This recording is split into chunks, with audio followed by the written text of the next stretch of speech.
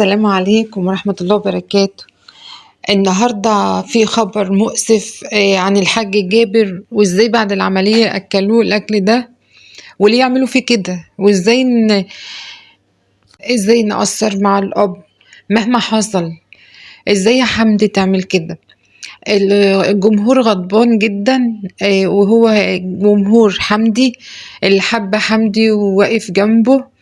ازاي يا حمدي ما تشوفش ابوك وهو في العمليات؟ ايه قسوة القلب اللي انت فيها ديت؟ وانت يا يحيى ازاي تحتفل ومبسوط والحاج جابر في المستشفى؟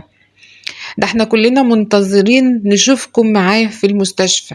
حوارات كتير، ويا ترى ايه الحكاية وايه القصة، ايه اللي حصل، ايه اللي حاج جابر فيه، وايه الحقيقة، وليه الناس زعلانة من اولاد الحاج جابر؟ من فضلكم لايك للفيديو، ويا ريت اتمنى تشرفوني في قناتي المتواضعة. تعالوا نتكلم بقى عن حديث السوشيال ميديا والهجوم اللي على حمدي، وفين هو في مرض ابوه، وليه ما تكلمش عن ابوه وما عملش لا فيديو ولا حتى عمل بث مباشر ولا راح المستشفى. هنرد عليكم اكيد. حمدي طبعا ربنا اللي اعلم بظروفه، اكيد هو يتمنى يشوف ابوه، ما فيش حد فينا يعني ابوه يكون عايش ويتمنى ان ما يشوفش ابوه. حمدي مسافر والله اعلم بظروفه، اكيد زيارته لابوه هو يتمناه، وفلوسه اللي مش هيستخسرها ولا يعزها على ابوه. اي اشاعة عن تجاهله لابوه هي معلومات مغلوطة. حمدي يمكن القضايا اللي مرفوعة عليه شغالة لسه، أكيد مش كل حاجة طبعا يا جماعة هتكون قدام الجمهور. في حاجات بتبقى مخفية ومستخبية احنا ما نعرفهاش، دي خصوصيات ما بتظهرش للعامة. والله أعلم بظروف حمدي والقضايا اللي مرفوعة عليه. أما بقى عن يحيى ممكن الفيديو بيتعمل قديم ونزل في الوقت ده، فمش كل الفيديوهات اللي احنا بنعملها بننزلها في نفس التوقيت، ساعات بيحصل ظروف فبنركن الفيديو وننزله في وقت تاني.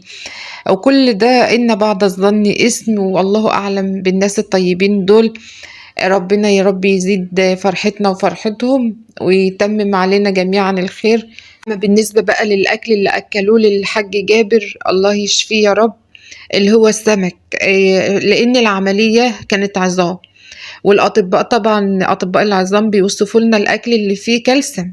أي أكلات فيها كالسيوم، سمك، لبن، الحاجات اللي هي فيها استفادة يستفيدها الحاج جابر في عظمه، الله يشفيه ويخليه لأولاد بنته، ويخليهم الاتنين الحاج جابر وزوجته لبنتهم، الأولاد بنتهم اللي الله يرحمها أم زياد، وربنا يجعله في ميزان حسناتهم تربيتهم ليهم، ويوفق الجميع اللهم أمين يا رب.